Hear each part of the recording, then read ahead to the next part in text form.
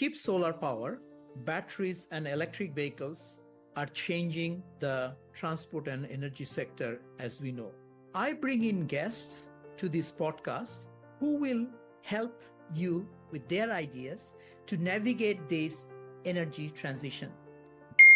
By the way, this episode is also available as a video on our YouTube channel. Just search Energypreneurs.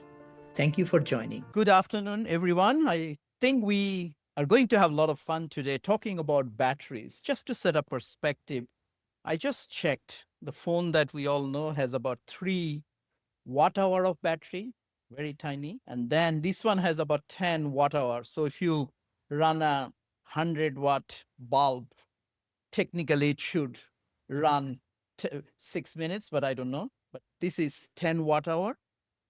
Then if we go to the next level up, this is a 1 kilowatt hour. This is what we pay, sort of 1 kilowatt hour for electricity, 10 cents, 15 cents, 30 cents, depending on where you are. So this one can store 1 kilowatt hour. And then if we have 15 of those equivalent, that's sort of 13.5 to 15 is your home batteries. You go 4 times more, 60 to 100 kilowatt hour, that's your battery in the car. Then, of course, megawatt hour, gigawatt hour, community battery on the grid. So I hope we are going to get a good perspective on all of those issues, the technology issues, what are the customer issues, pricing issues, policy, incentives, you name it. How do we bring battery in our lives? Maybe I'll ask everyone to introduce. On my screen, Anthony's first. Yeah, Anthony, you want to introduce yourself? Yeah, hi, Anthony Steipold here, Melbourne-based. Primary areas of expertise probably relate to networks, regulation, and policy in the customer energy resources. Okay, then I have Ricardo. Ricardo Pellerella, been involved in e-mobility for 17 years, DEO, or as we now rebrand in Australia, but it's trendy CEO. For about 15 years, I've been involved in everything from our productization, go-to-market, strategic development, representing venture cap firms, all sorts. Thank you, Peter. Peter Kilby. I'm a senior grid transformation engineer at Energex on an energy network. We're the distribution network in Queensland. And I couldn't help thinking as I saw you show those different, help us visualize those different batteries. We actually do our cooking on one of those batteries. So we've got a 1 kilowatt hour power bank. And so perhaps to get a bit more sort of meaningfulness, our dinner cooking typically uses about half to 3/4 of the energy that comes out of that 1 kilowatt hour battery. Or boiling the kettle, for example, uses maybe 20% of that battery. Yeah, I think it's really often difficult for people to visualize what kilowatts and kilowatt hours are. So it was nice to see that visualization. Thanks, Sahaya. So can you connect an induction cooktop? No. Absolutely. We connect 2 induction cooktops on it. We do our benchtop oven on it. We roast chickens, things like that in the benchtop oven off the battery. Loaves of sourdough bread get baked off that battery. So set to automatically charge us with a timer through the middle of the day. Oh, because induction cooktop will take 2 kilowatt, no? Correct. So it was really important when I selected that battery that not only did it have, say, a kilowatt hour, enough for cooking, but it actually had the power to supply an induction cooktop at full power. So it's got a 2.2 kilowatt rating. It was still reasonably affordable. I think they cost under $1,000 in Australia because it wasn't too large. You can get larger power banks, but they start to get quite heavy and unwieldy. I just recently went camping for a week. That was powering our camp fridge for the week. It was powering the camp lights overnight. So sorry, I've completely diverged the start of this meeting, but in this discussion today, we have to consider not just those of us fortunate enough to have our own household homes and be able to connect our own batteries, but all the people who rent and the apartment dwellers who would also benefit from the flexibility and the capabilities that batteries bring, but can't necessarily hardwire them. And so I've been really enjoying having a portable battery plugged in the PowerPoint that can supply a number of my loads that I do need to use in the evening, but can charge that off the heavily renewable energy in the middle of the day when it's really cheap. It's free for me to charge from my retailer in the middle of the day. And we'll talk about that a bit more. Sorry, that's a brief introduction. Thank you. Okay. I'll come back to you on that because this is something will have a huge development impact if you can transfer your cooking to a small battery. Ross? G'day, my name's Ross Durango. I've been doing electric vehicle stuff for close on 10 years. I was at MHP, electrical equipment manufacturer for 13, and then the electric vehicle council for 3.5. These days, I'm running my own business, doing some consulting, some education, some product development stuff. I also get involved in standards, codes, regulations. So the wiring rules in this country currently go through a rewrite. I'm involved in a bit of that. I had a little bit to do, along with a few others, with the vehicle to grid standards. My interest in batteries is largely in the ones that go on wheels. Other areas we'll see batteries in my house. We do our lawn mowing with a battery. We do our whipper snipping with a battery.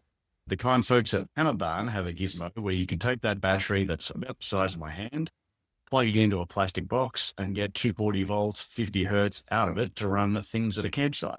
So my whipper snipper battery and my lawnmower battery recently powered the lights at my 11-year-old's Cub Scout camp. Batteries are useful for all sorts of things. Wow, I think we need to have a separate discussion on the use of batteries. You guys are having a lot of fun. Dave? Yeah, do you want me to talk about myself or my batteries? Both. I'm an economic consultant. I specialize in wholesale electricity market design and also network tariff design. Used to dealing with how you integrate things like power stations into the market, but obviously batteries have to be integrated too. And then we get down to the home battery and they need to be integrated too. So right down that value chain. And my battery, I recently bought an e-bike, which I've just been out on a ride on. It's got a 650 watt hour battery, which although I do have to contribute, it doesn't do everything itself. That'll take me 100 kilometers or something like that around the valley, the vales and hills of my neighborhood. So yeah, I haven't found a way yet to plug it into the grid and run my cooker off it. But if I was an electrical engineer, I probably would have done.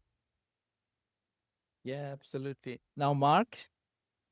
I feel a bit like I should hold up a battery as well, but I'll refrain, even though I have one in front of me. Yeah, Mark Sheldon, I'm with Red Earth Energy Storage Limited. So our connection to batteries here in Brisbane is that we built them. We build battery energy storage systems for homes, buildings, commercial, industrial, as well as residential. And we also talk about batteries on wheels. We enable those to be used in the grid and for home as well. So we have a vehicle to grid charger, which is going to be in the market shortly. Yeah, we had a good discussion on that a couple of weeks back. Now, where is the battery sort of in Australia and so on? Where are we at? Who has some numbers? How many got installed? What's expected? And what's people generally buying for homes? Don't have current market numbers, and we're waiting to see the June numbers in detail. Warwick from Sunwiz has been starting to throw some initial numbers around, and they look rather interesting. There's been a few number of interesting developments, and I'll just preface it. Usually our order schedule for cell pack deliveries out of China for us sits at about a monthly run rate. So one container every month. A container is about 2.5 to 3 megawatt hours. We're now at a run rate of one every 2 weeks, and we're regularly running out. So it gives you an idea of how much, and this has happened in the last 6 weeks. So this gives you an idea of what's going on, and it's accelerating. So we know from what's going on in the market that pretty much no availabilities in the market of any of the current systems. Everybody's scrambling to amp up production to service the Australian market and redirecting production capacity to Australia, which I don't think has ever happened in any other industry in the world. It's interesting. The other thing we're finding is, not surprisingly, and when we saw the announcement in April, it was our expectation it would happen. Our average size of residential batteries has skyrocketed just between May and June without the program even being in place. We already had an increase of 25% on a run rate that was pretty stable over the preceding 12 to 18 months. And we've seen another increase again. So we're now at average battery sizes for residential households that are in excess of 25 kilowatt hours per order. What would that have been a year ago? A year ago was roughly sitting at about 12 to 15. So we're now at 25, and this is not the end, so we're still ramping. My expectation is basically every system we're selling at full load. Every system we're selling is built out, and we're selling upgrade batteries to our existing customer base across the board. So everyone is amping up. And again, given the way the program is structured, it's not surprising, because if you run your numbers, adding an additional battery adds a minuscule amount, literally in our case for the installer, $50 to $60 per kilowatt hour. So by just going in and saying, hey, I'm going to add the battery, just the delta is so small. You're already putting in 20,000, 15 to 20,000 with a rebate, probably more like 15,000. You might as well add another $3,000 and at that point in time, power your home for 4 days instead of 1 day. Interesting. Yeah. 25 kilowatt hour. That's quite significant, because average Australian home still is about 15 kilowatt hour per day. That's changed a little bit. We're finding that that's ramping up. The size of the houses have been going up. The average usage has been going up. The use of air conditioning has been going up because people in Australia still don't want to insulate their homes. It's getting closer to 20 kilowatt hours. Yeah. And if you look at the hot days or the really cold days as well, then you're seeing a lot increased usage there. And I think probably the people Mark's dealing with are looking to cover off 90% or whatever of their annual expectations. So I think you're probably going to see it upsizing to meet that as well. 100%. Okay. Now you mentioned that delta is of $50 to $60 to cost you to install. That's a cost to the installer. You'll need to add in margins, obviously, from the installer to the end customer, but it's not going to be much more than that. And again, you probably have to keep in mind we're a premium brand. So I guarantee you imported brands from other locations will be able to do it at a lower cost. And can someone explain a little bit more on the government subsidy because of the international listeners? Because federal government put out multi-billion dollars, right? In simple term, who wants to take that? I'm just going to jump in because everybody's nothing. It's relatively straightforward. In essence, it's set up for systems from 5 to 50 kilowatt hours, batteries supported in terms of the subsidy. Battery sizes, nominal battery sizes up to 100 kilowatt hours are supported. So this even moves into the small commercial and industrial area space, which is actually having impact. I'll talk about that in a second. What the government does is they actually support any usable kilowatt hour of that battery up to 50 usable kilowatt hours. Again, noting that usable will be different to nominal. So if you're supporting 90% depth of discharge, you'll actually have to calculate 90% of the actual nominal capacity. And the government supports that by allocating 9.3 STCs per kilowatt hours at current rates in the market, minus some fees. You'll probably be looking at about 350 Australian dollars per kilowatt hour, which is the equivalent. And that then goes to the asset owner, or if they actually pass that on, usually that's what happens to the installer, and they'll be trading those STCs.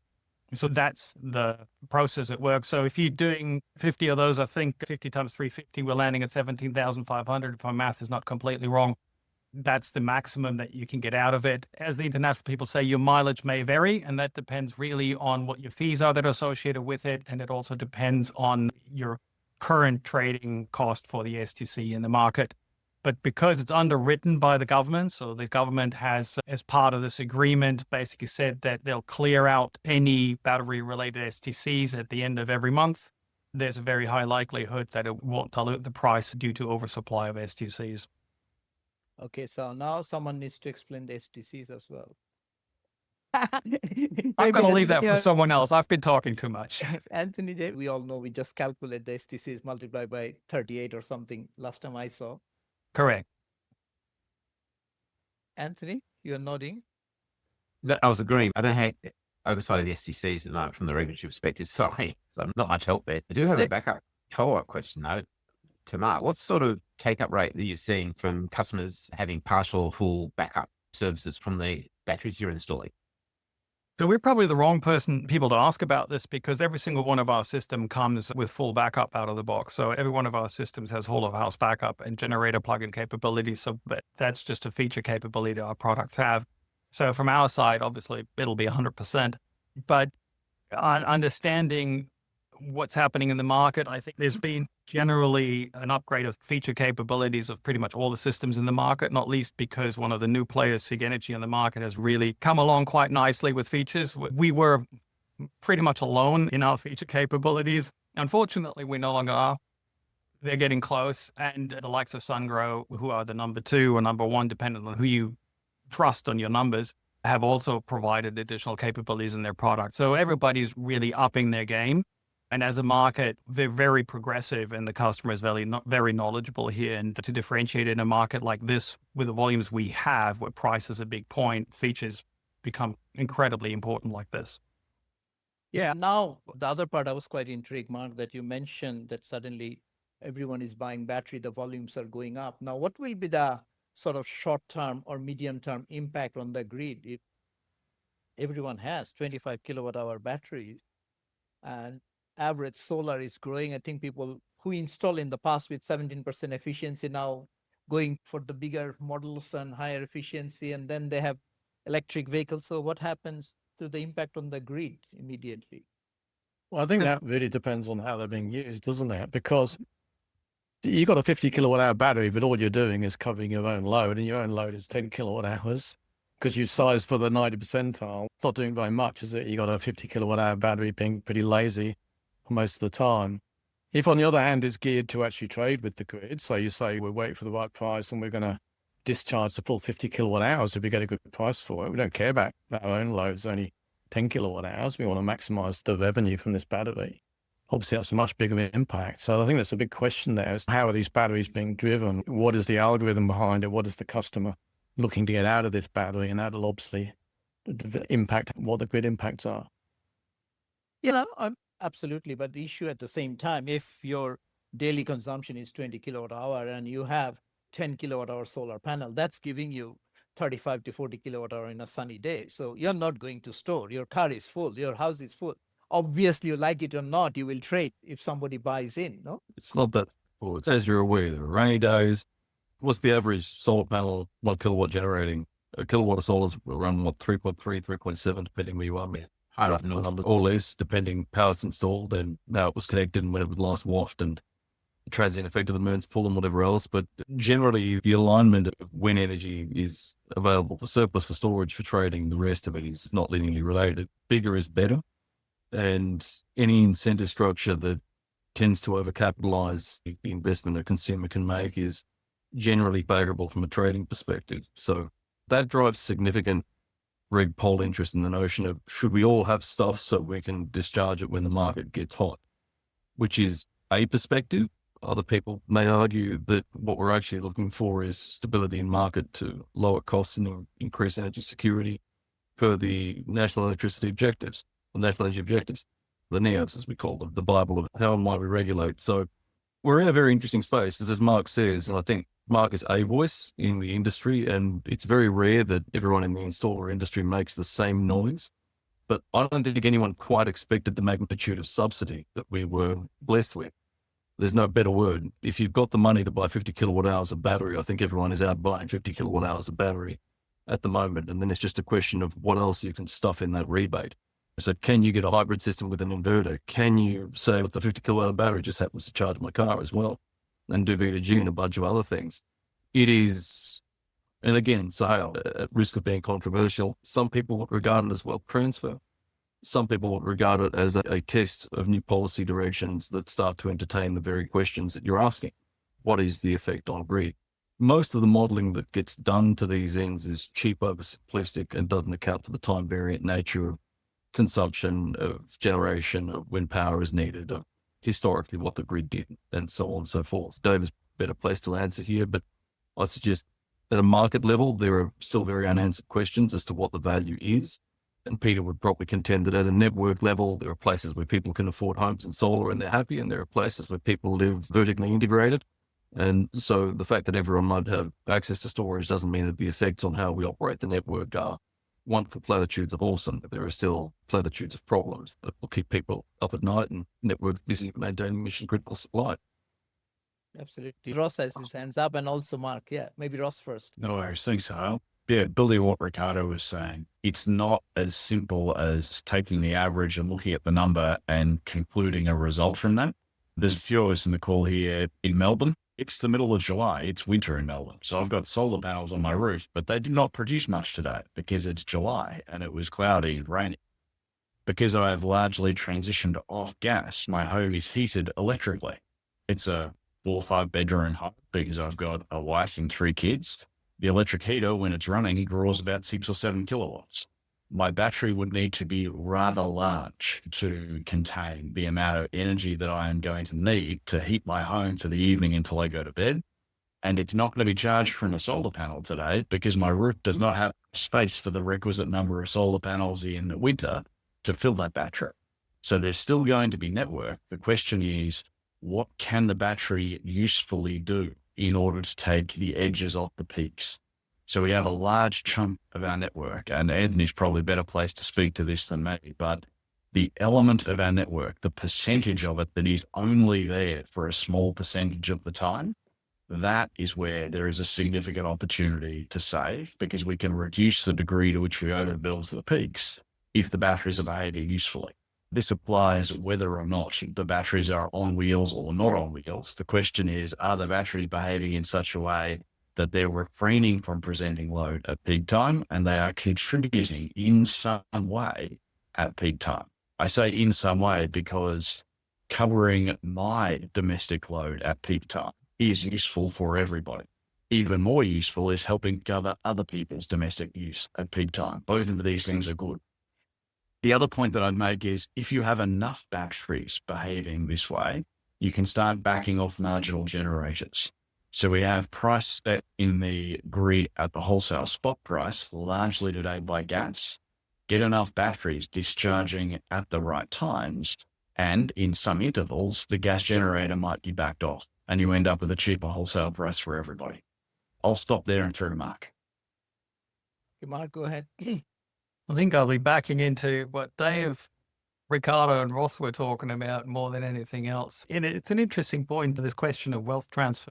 Again, unfortunately, we're a bit of self-selective with our customers. As I said before, being a premium brand, we do sell the larger systems. And at the end of the day, what that also means is they're usually paired with larger solar systems. So I've got 10 and a bit kilowatts on the roof, and I'm in Brisbane. So sorry, Ross, I make more hay on the sun than you do.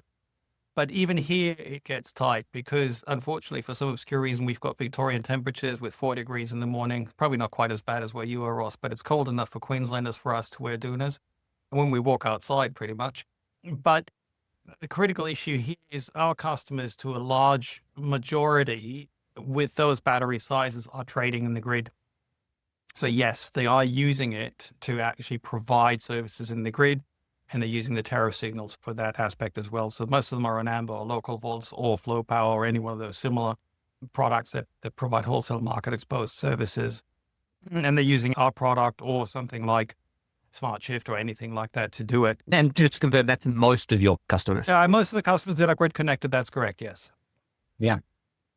Yeah. So again, it's part and parcel of this. There's no value per se, except for backup, to buy a very large battery, unless you can actually make use of it financially. And the vast majority of people who buy those batteries immediately turn around and subscribe to Amber, because now they know that they've got a technical hedge in place and they no longer need to worry about the fact that, I don't know, a generator might explode or a grid might get disconnected. So they're hedged. And that's, I think, the critical issue here. So they're looking at this as protection, and then they're going, great, now I can make money.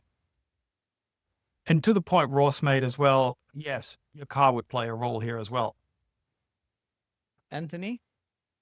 Yeah, range of really good points. I think it's worth remembering we've got the electricity retail market where the consumer can actively participate in this fantastic ticket markets commentary that most of the customers are actually choosing to go with Amber, which is essentially like playing on the stock market for customers in electricity, but thank goodness you've got the technology in place to make it happen in the background, because consumers don't really want to be day traders in electricity. But the other really big component of cost to the end user is the network as well, which isn't essentially really covered by the Amber process. Amber deals with the spot price, which is the generation costs, essentially. So what we need to also focus on is network tariffs, which at this moment are not really fit for purpose when we're talking about batteries. And so that's one of the real big holes we've got in the industry at the moment, is that time of use pricing, which is as far as we've got, and many customers aren't even at that point yet. So that's when it changes marginally during the day, the price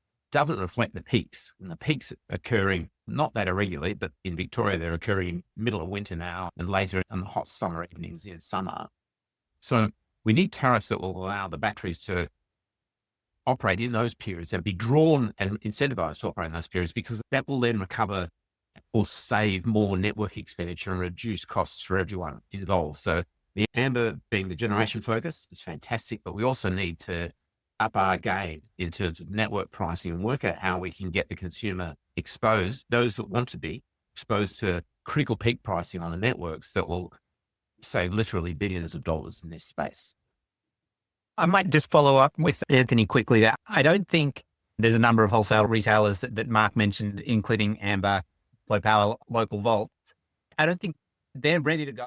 Whatever the network tariffs are that are passed through, they pass them through. We've got obviously Ausbrid's trial down in Sydney, Project Edith, it's been a really valuable example of how you can have dynamic tariffs. And there are retailers packaging them up into very simplistic offers for customers that want that, and other retailers packaging that up into really dynamic offerings such as Amber. I don't really think we should look to retailers to solve that piece. They've got a system in place. And so now the gap is the network tariff. And I think we're going to see over the next few years more and more of the networks trialing these dynamic tariffs led by Ausbrid's work. I'd also highlight, maybe it'd be interesting to hear what Dave's thoughts are on this. We see two pathways here. So certainly those highly dynamic tariffs informed by the local network constraints and becoming quite, I guess, sharp. So they're not the sort of tariffs that are suitable for most customers. They're the sort of tariffs that are suitable for technically, physically hedged customers with those large batteries that really want to provide services to the grid, whether that be the wholesale grid as they do now, or actually to the network as well. And by responding to those constraints, earning revenue and generating revenue, but delivering a service to everyone and lowering long-term costs for everyone in doing so. That's really valuable. So tariffs are one pathway, but the other pathway is really those flexibility markets. And we've seen some trials of that in Australia as well. I don't think we're yet clear on one way or the other being better. I think we see the UK has done a lot of work in the flexibility marketplaces and things like that, and that's been apparently very successful. So I certainly hope that networks can explore both pathways, and maybe in the future we'll decide that one way or the other is better, simpler, more appealing to customers, scalable. But I think over the next few years, we want to allow networks to trial and play in both these spaces. And while we're doing that, giving customers really good opportunities to deliver services that can lower cost for everyone. Okay, thank you. Ricardo? Yeah, look, again, every time we jump into one of these forums, Sahel, I think it's very easy to start overrepresenting the reach of not even a prosumer, the very early tweaking end of the bell curve. So to be honest, Red Earth makes an excellent battery to the point that when the subsidies were announced, right after I picked myself up off the floor at the good fortune they represented as a homeowner with 20 kilowatts, my first call was to Mark just to say, well, the products you've got, which one's closest to 50 kilowatt hours and when could I have one made? That was phone call number one. And to the point that I'll tell anyone listening, it's scientifically proven a Red Earth battery makes you 15% cooler. You should get one. But that being said, it is an early adopter product. We have many batteries on the market. The vast majority of them are not traded. So there's over 200,000 households in Australia. I think we're cruising past 250 at the moment that have energy storage. We've mentioned Amber severally on this call already. Amber's got less than 10,000 customers on Smartshift. That's less than 0.5% of the Australian market, and an equally vanishing perspective of those that are orchestrated for batteries accordingly. So it's great that we talk to them, but let's go back a bit. Ross mentioned we can reduce the volume of marginal utility scale generation. Yes, but not the cost at the moment. So the cost of doing so with big batteries works, with home batteries doesn't quite yet work. So we do have a market spread type issue. We need to basically keep investment signals ahead of falling price spreads. So storage arrives faster than old peaking generation disappears. That's an argument that works well for large energy storage. It doesn't quite work as convincingly for small energy storage. Again, what do the subsidies mean? It depends a lot on the OPEX. And I think this is a good part of the discussion that we're getting into now. We've got CapEx, what they cost to buy, and OPEX, this variable part of the cash flow curve that talks about what do you get for doing so. Accordingly, now we're into this very interesting place of what policy perspectives do we bring to bear to be able to have more customers beyond very early adopters get into this sort of stuff, and what sort of tech enablement do we start to have. And we've seen other markets now start a journey that started in Australia 10 to 15 years ago. The US is now getting quite deep into this beyond California.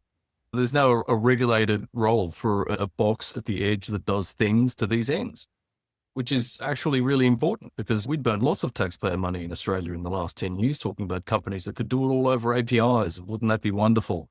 No nerd bits at the edge and so on and so forth. And many engineers sat back and said, oh, that's not work. But we oiled the ocean quite significantly, and the rest of the world has come to a thing that we discovered a while ago, and what implications that has for our market, I think, could be very good and very profound. There is a need for technology. There is a need for consumers to embrace a box that does things, whether it lives in the sky or at the edge, that basically takes what is an increasingly dynamic or an occasionally dynamic or a price signal that is volatile in time, however we want to call it, and does things with their stuff at the edge while preserving their amenity. And that's not been a hump that too many customers wanted to get into. It opens up a whole raft of questions saying, where do you get the box isn't compatible with your battery? Do you trust that box? Does it work with your tariff? What's the front door for acquiring a solution that does all of this sort of stuff? That last question has less to do with the capital cost of anything and is where a lot of this stuff fails in market quite convincingly and quite repeatedly. I think the most exciting things we see in Australia now are that there are some themes that are starting to resonate at a barbecue type level. So there's many more people talking about amber and local vaults and the rest of it than there are customers that they have. That's a good thing, right? Because the knowledge is starting to be socialized, the knowledge that there is another way to do things. And you might not have the trust or interest today. The more people call you up saying, have you got solar? Do you want a battery? So on and so forth. Tomorrow it's better. We increasingly have networks. Again, Peter, at risk of being off your Christmas card list, some would say extending their monopoly. Some would say normalizing and democratizing access to technology solutions that increase orchestration in good and meaningful ways. Both viable dimes on the same opinion. But the point is, this very techie stuff that has been the cohort of people and engineers needs to be normalized so that products that still have high CapEx but have wonderful OpEx possibilities and perspectives can be leveraged by the vast majority of households in Australia. We're not quite there yet, but if there's one good thing to come out of the subsidies, is it starts a discussion with a lot of people about how they might want to get there. That's the best news we've got today. Yes, and absolutely. And other thing, let's not forget, you guys are at the one end of the distribution curve in terms of knowledge within Australia, and Australia It's a nice way of saying we're not real customers, and that's correct. No, but I'm saying that knowledge-wise, you're most aware, and Australia being very ahead compared to the rest of the world, especially in Asia and other places. So the home battery, the impact that will have in a developing country context, it could be quite different because unreliable electricity is there. They don't have a wholesale electricity market, and they may not have the best standards in supply. So basically something that gives you electricity. So that's what I was quite intrigued when Peter started saying, hey, I'm running induction cooktop on this one. So I think that aspect also very important because while Australia is moving and you're talking about how do we rationalize network tariffs. It doesn't help us. This is a very important point. Because supply quality in Australia is so bloody awesome, the usual driver to sell batteries traditionally the last 10 years has been resilience. Mm-hmm. And very few people feel it. Like I used to work sorry to interrupt everyone with their hands up. I used to work very closely with a very senior sales agent in the solar industry. The company doesn't do solar anymore, but anyone that remembers a rather hilarious solar EGM will know exactly what I'm talking about. I would say, when do you sell batteries the most? And he said, when power goes out in Sydney, when we have a loss in Sydney, we flood Facebook. If you had a battery, this wouldn't have happened. And I said, Sydney, one of the most resilient distribution grids in the entire country. Like it's N+1 in places. That's what you do. And that's when we sell battery, because there aren't enough of people like you that give a care about, oh, you could trade it and do things and the rest of it. But resilience is the argument that hits home. So in the markets you're talking about, batteries are front and center for a lot of people. Can we leverage our telephone exchanges? Like you'd be aware, so there are parts of the world where people tap their phone exchanges because a telco asset has to be up the entire time. So there's reliable power there. Let's get into that, whether it's legal to do so or not. And the fact that you might not need a diesel genset and the threat of getting diesel, not be able to generate on site and store on site and be resilient on site, that's like these customers. But for many Australians, not the same. Okay. Anyway, Mark, you had your hand up for a long time. Yes, go ahead, Mark. You had a comment. Some of you have made this comment as well. I love this nerd talk, by the way. So again, not to throw this out too much, but as you indicated, we're not the customer. And in actual fact, neither are our current customers. We're still in the early adopter phase. We haven't even moved into the early majority phase, in my viewpoint. We're slowly getting there now, but even solar is just in the early majority phase. The problem I have with everything that we're talking about now, and just listening to Ricardo, I can cope with what he says, but only because I've got 15 years under my belt in this industry. No customer on the street can. And trying to get them to understand we need them to do what they want to do. And then getting them to do it is insane. The complexity of even installing a system is insane. Installers don't know what they're doing right now. And trying to get a customer to understand that this is a viable way for them to actually save money and it is actually relatively risk-free in this market, it doesn't compute. We have an issue here that we're still very immature in our viable mass market solutions to this problem. We're still very early on. And as Ricardo said, it is technology right now we've got the missing, but it's more than that, making it easy. It needs to be iPhone level easy.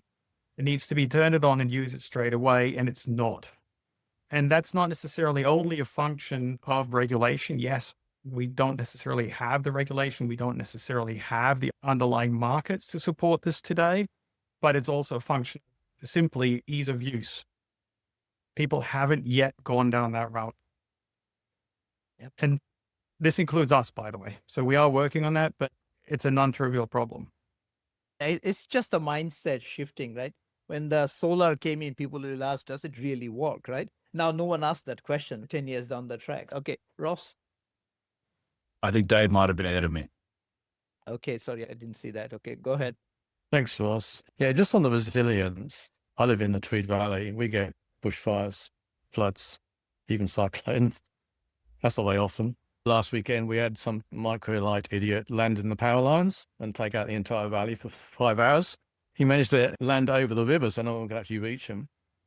So yeah, resilience is important, but I think to bridge the gap between what Ricardo's talking about and what Mark's talking about, I think there's really two camps of customers. I think there's one customer who just says, I've got my solar.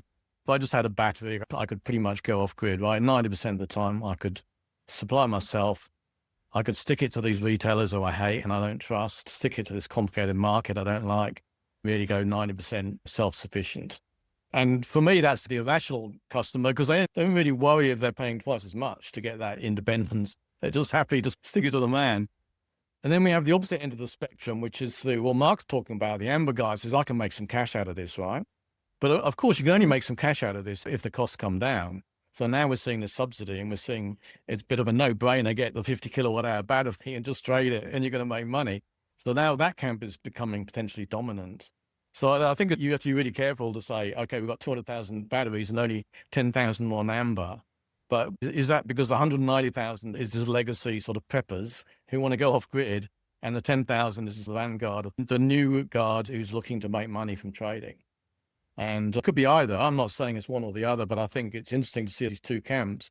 And retailers are valiantly trying to bridge the gap and say, can we have a bit of both? Can we have the prepper who's also prepared to let their battery go and let us trade it for a bit and we'll give them a bit of money? And everybody hates that because the prepper says, no way I'm going to let a retailer control my battery. And the Amber guy says, hang on a sec, I'm only getting 10% of the value. Why don't I just go the whole hog, 100% of the value, cut out the middleman? So nobody seems to be very interested in this sort of the middle way of trying to get this sort of conventional VPP. Maybe maybe we'll have three camps in the future, but that's the way I see it developing. Okay, Ross, you didn't have any comments now? Customers are not a monolith, right? There is no precise definition of what the customer is. They come in all sorts of different shapes and sizes. There are some that are adequately represented, some small percentage by the sorts of faces on this call, right? The engineering, electronic, nerdy, techie types who will give everything a crack and who will respond to a policy announcement with, hey, Mark, what's your biggest battery? Can I install it in my house tomorrow, please? There's a portion of those. There's some at the other end that are completely disengaged, who struggle even to understand the English that's written on their energy bill, much less the difference between kilowatts and kilowatt hours on their energy bill, right? And then in between, you got a whole spread. This is a question that comes down to consumer behavior, right? Are they going to acquire a particular technology? Are they going to use it in a particular way that other stakeholders might prefer and might wish to incentivize them to? If you're talking about influencing consumer behavior, that piece of them not being monolithic is important because different consumer groups will respond to different things. If I consider the EV-owning consumers as an example, if we want those people to behave in a grid-friendly way, what that means is please charge your car in the middle of the day if you can, or in the middle of the night if you can't charge in the middle of the day. And please, for the love of God, not at 6 PM on a very hot or very cold day, because we need that capacity for other things at those times. There's a whole spread of ways that can be achieved. The simple tariff-based approach, something like AGL's Night Saver plan, they've got north of 20,000 people on that plan, charging for the most part middle of the day off their own solar or middle of the night when it's really cheap. The team over at Origin, they've got an orchestration arrangement that reaches out to the car, tells the car what the limits are in a dynamic fashion, and they both show a really sharp price to the consumer for engaging. Origin also have thousands of customers. Different proposition. One proposition is we give you the sharp price and you take care of it. The other proposition is we orchestrate it and customers can choose. We are going to see a whole spread of that. If I reflect on that question about the networks and what the networks can do, United Energy, eastern suburbs of Melbourne, had a plan called Summer Saver, still runs today, dates back to 2015. So it's been running for 10 years. That's not a tariff-based plan. That is, the network sends you a text message and says, tomorrow, can you give us a chop out between 3 and 5 in the afternoon? And we'll have a look at your smart meter data. And if you indeed gave us a chop out, we'll drop cash in your bank account. Really simple. There's tech at the edge. The tech at the edge is the smart meter and the consumer's phone. Could something like that be rolled for batteries? Give us a chop out tomorrow afternoon, export for your battery? Yeah, probably. Would it be optimal? No. Would it be useful? Maybe. Do you think that disengaged customers will actually go out and buy batteries? Because it's pretty complicated. Like Mark said, even the installers don't fully understand. It seems to be like bleeding edge at the moment. Maybe in a few years' time when, everyone's neighbor's got it like solar. But at the moment, do we have to cater for those disengaged customers, or are there enough engaged customers who says, I know how I'm going to use my battery. I've got a good idea. I'll find a way to do it. I understand a kilowatt and a kilowatt hour. Otherwise, I probably wouldn't be buying a battery. Or do we have to worry about these people who are way down that sort of knowledge curve, given they're not going to be in this early adopter phase? Yeah. So I think if I consider solar as the example, 2006, there were about 1,100 solar installations done in the country in that year. 2011, there were about 360,000 done, right? It moved very fast off the back of intervention. We have world-leading numbers of rooftop solar in this country, right? Not world-leading gigawatts anymore. Someone else has taken that crown from us, but world-leading numbers of homes with rooftop solar as a percentage. But there's still a majority of the homes that don't have rooftop solar because there's a lot of housing stock and there's a lot of people who are either renting or have, for whatever other reason, not engaged in this transition to rooftop solar. Batteries will play somewhat similarly. There will be a portion of homes in this country that never have a battery, no matter what you do, because the consumer either doesn't want one or isn't interested or has other priorities. It's not necessary at this point in time to try and figure out how to catch the last 2%. What we should be looking at is how to catch the first 5-10%. At least that's my view on that. Okay, Ricardo? So I'll go the other way because for my sins, I've worked as an engineer developing the stuff, but I've also worked for retailers trying to sell the stuff and work for companies that have to build and assess markets and for consultants that come into companies and do that. Yes, it is one or the other thing. As Dave said, is there a model? Is it one big market or is it one or the other? There are definitely segments. They're not monoliths, but there are segments and the segments are extraordinarily lopsided. Extraordinarily lopsided. So it's not the last 2%. It's the 85 to 90% that's currently not accessed. The running joke in electric vehicles right now, if you're selling cars for the sake of argument, is that we've sold an EV to every retired engineer that wants one. We now have to deal with the mass market. Right. And with batteries, we're getting to that as well. Cars are an easier sell because whilst they cost more, they're an understood consumer proposition. People say, what are the top 2 purchases you're going to make in your life? For most people, it's going to be house, car. Right. And everything else is personal choice. We don't raise children who understand in life they're going to buy house, car, battery in that order. And they've got to afford these things. So dropping 20 grand on a battery that can do many things is already a, well, shit, do I need to do that kind of question for a lot of people as it is. Disengaged customers absolutely rule. Everyone's got to get this through their skulls, right? If you want this segment to scale, then we're talking about scale arguments. And then disengaged customers are where it's at.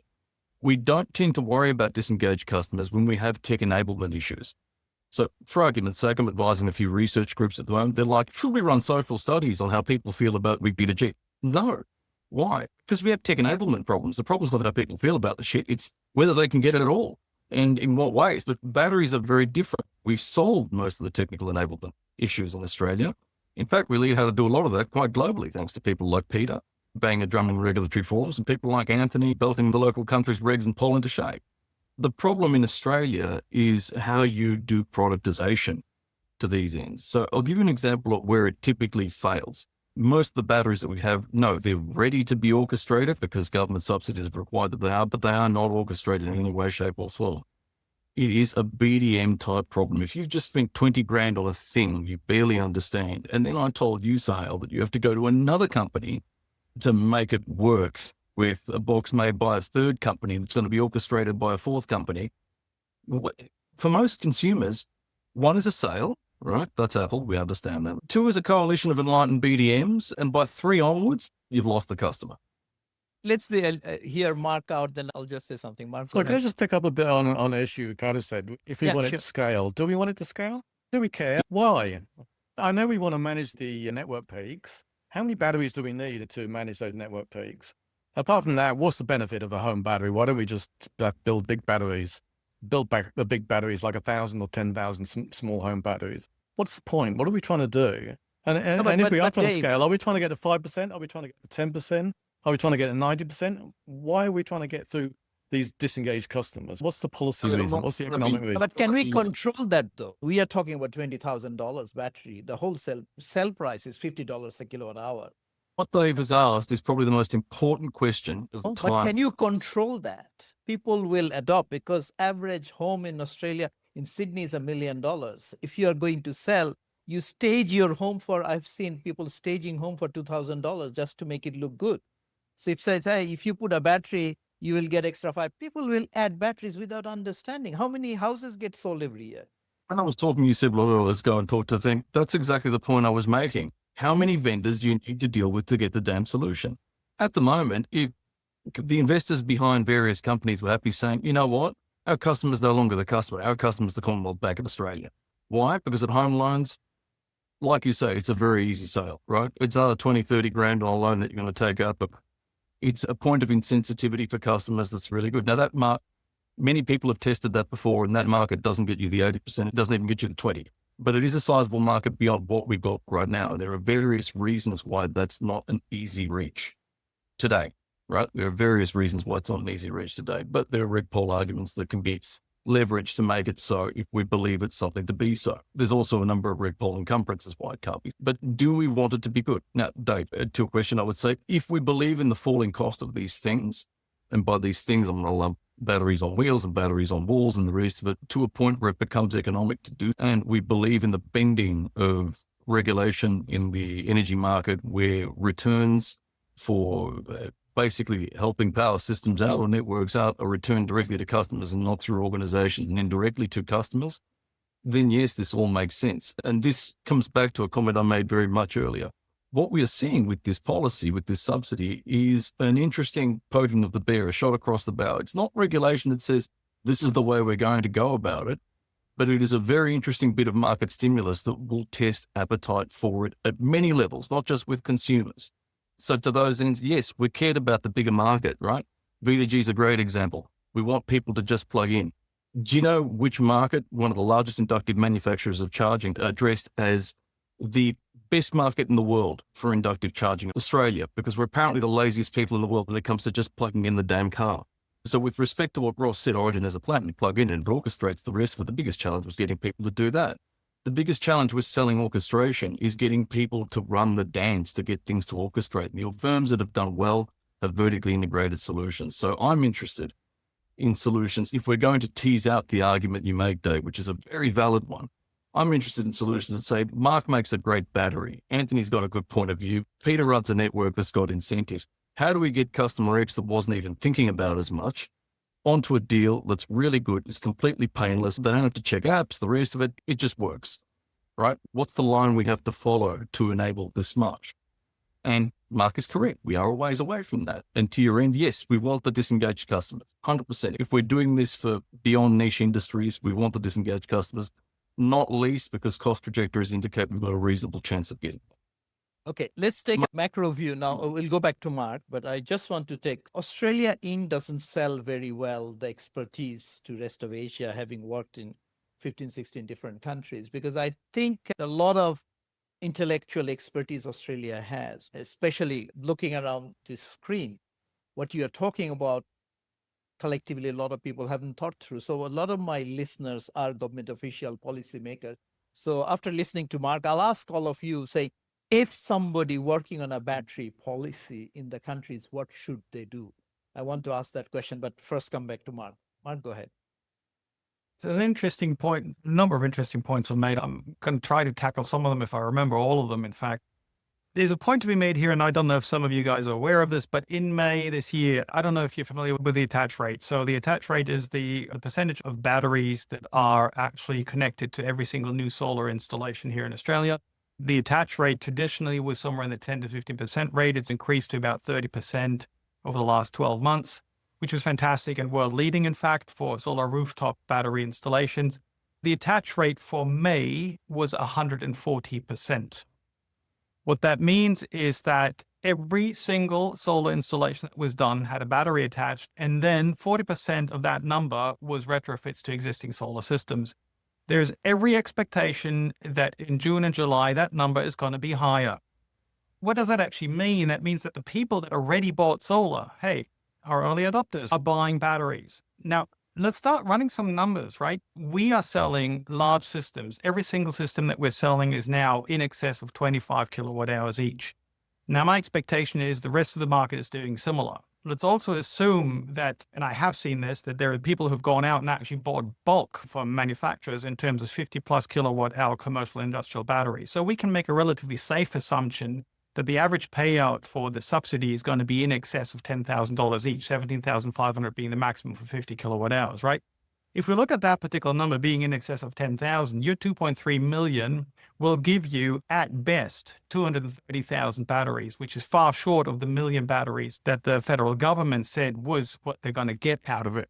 Because they were assuming, 11 kilowatt hours average size battery, which is by far not what's happening. Now, my question is, in the context of Dave, do we need that scale? The way the federal government calculated the impact on the grid is not going to work the way they thought it would if this is the way we're doing it. Because every single of these 50 kilowatt hour batteries is not going to be paired with a 5 or 10 kilowatt inverter. So the impact on the grid possible is going to be far diminished in contrast to what was expected by the federal government. So to get to your point, yes, we need scale. Yes, we need much more than this because the 230,000 will be early adopters. They're the customers who are already buying into this. They're the rich people already doing it. It's not going to be actually a significant impact on new people. Mark, sorry, you were saying that in terms of the co-purchase of solar and battery, that was like running 100%. Surely the people buying solar now are late adopters, right? They're pretty much late to the party. So does that mean late adopters are buying batteries as well? I wouldn't say they're late adopters. In the context of the addressable market, we're still probably on the solar side, if at all, the early majority stage. But I don't Okay, early majority. You're getting above 30, 40% penetration. I keep saying that in terms of people who can actually put it on their roof because you exclude renters and flats. Yeah, you're talking about addressable market. Yeah, that's a very good point, by the way, about the 30% that are renters right now. That's a very interesting point as well. How do we address those as we go forward? What's the incentive for landlords to put these assets into their basements and next to their houses as well? It's a very good point. So right now we're at 30 to slightly over 30% penetration in the households in Australia. So if you apply the usual academic numbers on here, we're just into the early majority right now. But yeah, you're right. These guys are picking it up right now. Again, a number of other things to look at over the last 12 months roughly. So since July of last year, the solar installation rate has fallen off the cliff. I don't know if you're aware of that. Combination of feed-in tariffs dying away, combination of the inflation rate targeting, obviously cost of living pressures, et cetera, have meant that people have basically stopped buying. And as such, the installations have gone through the floor continuously, roughly through about March and April, and just started picking up again in May. And then they've just switched around. So your absolute numbers of installations are still below what they were last year in terms of solar installations. So you've got to look at that as well when you're looking at 140% attach rates. So I guess what you're saying then is the feed-in tariff's gone so low, like zero. The people are saying, if I'm going to get solar, I have to get a battery. Like solar on its own doesn't stack up. 100%. Got to be solar plus battery. Yeah. That was the argument, and that's what's happening now. What I'm saying, though, is in that particular context, for this to have a measurable impact, right now, the people that are buying are the rich people. They're the early adopters. They're the ones that are well off, the ones that have been doing this in the past already, potentially have already benefited from the high feed-in tariffs that were early in the game. So those are the ones that are buying it today. So my view on this, for this to have an impact, yes, we do need scale. For scale to happen, we need to start building the products now, because as we'll know, with a regulatory cycle being what it is, the timelines that it takes for us to get standardization in place, actually manage the regulatory requirements, get the markets adapted, we're going to need to start building the products now, so that 3 to 4 years down the road, when the majority comes in and the late majority comes in, hopefully, if we continue driving this, they'll have a product which at that point in time is going to be at the right price point, but is actually going to work. It's going to work the same way that my phone works today. Just plug it in and it works.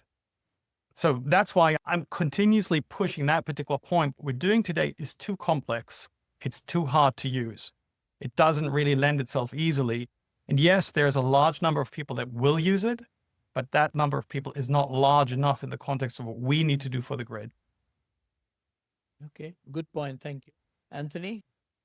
Yeah, thanks. You asked about sort of policy, and I think Mark's almost answered that question in that piece there. As a policy, rebates are a good idea in this space because we have a new technology, or not so new technology, but a new application of the technology, the battery in the home. And we want to incentivize it for a large number of reasons. Firstly, just customers making decisions to purchase them already, as we've seen. And so this is increasing the adoption rate. It's creating scale in the marketplace, and it's creating interest. And through that, we discover a number of things. We discover what works for consumers, what doesn't, how we get scale, the productization of this, how we move from early adopters and being tech heads to whatever the model might be. And it's not necessarily going to be a VPP, a virtual power producer, or something like that. We need the opportunity to fail, essentially, in many markets and discover what is the product that works here, or the range of products that works for the range of consumer types we have. But there's a couple of other things that the subsidy supports as well. I haven't seen the numbers, so I don't know whether the value of the subsidies is right. There's a number of benefits that a purchaser of a battery naturally will give back to the market. Some will get more access to that than others, depending on their tariff and whether with Amber or Volts or whoever. But there's a natural intrinsic benefit in terms of reducing the capital spend at the generation level and capital spend at the networks and transmission level, distribution transmission level. So justification for the scheme for the rebate there, because it's providing a whole of consumer, a whole of network benefit, a whole of grid benefit that is unrealized necessarily at the consumer level. Now, admittedly, where some of these consumers have touched on how they're using the batteries isn't necessarily the optimal way we'd like them to be used. We've got consumers who just want to self-consume, and that's a valid decision that they're allowed to make. They've purchased the product, that they can make that decision. And there's also consumers keeping significant amount of backup for if the lights were to go out, which is essentially a value there that's not being utilized. But taking all those things into account, as a policy, it's smart to do it now so that we can build a scale and the learnings that are needed to take it to the next group of consumers. Yeah, absolutely. Thank you for that. Ross, you had your hand up. So picking up on what Dave was saying about the broader why question, do we want this? Does it make sense to do this at scale? And reflecting on what you're saying, Sale, about the macro level of the discussion, we are moving towards a future where the majority of the generation is variable and renewable. And that comes with it a requirement that we have storage at a variety of different scales and capabilities. We need X amount of power, X amount of energy in places A, B, C, and D at such and such times, right? Storage can be achieved in a wide variety of different ways. Batteries in homes is one of those ways. Those batteries may be on the wall, they may be on wheels. The battery may be at the zone substation. It may be co-located next to a transmission line where a coal power plant used to be. The storage may be pumped hydro. If you read Andrew Blaker's work on this topic, it's excellent. Storage can be achieved in all sorts of ways. One of the merits of supporting at scale so many millions of dollars, low order billions of dollars, of all the different ways in which it can be done, is that it is by testing it at scale that we find out which of these ways is in fact best in our country. We're talking about a system that supplies tens of billions of dollars worth of electricity each year, a system that is going to be supplying tens of billions of dollars to replace $50 billion worth of petrol and diesel each year in future. We are going to need to throw a lot of things at the wall and work it through because these systems are complicated. It's a certain amount of learning by doing. Thank you for joining this session. We learned a lot of stuff. We got perspective on technical issues, customer issues, pricing issues from our guest. In part 2, we talk about how do we scale up? What are the challenges? What is the pricing trend? What does the big picture look like? Please join in for part 2 of this discussion on home batteries. Home batteries are going to be big. Please be part of it. We hope you enjoyed this episode of Energypreneurs. If you enjoyed this, don't forget the full video is on YouTube. Just search Energypreneurs. Thank you. See you next time.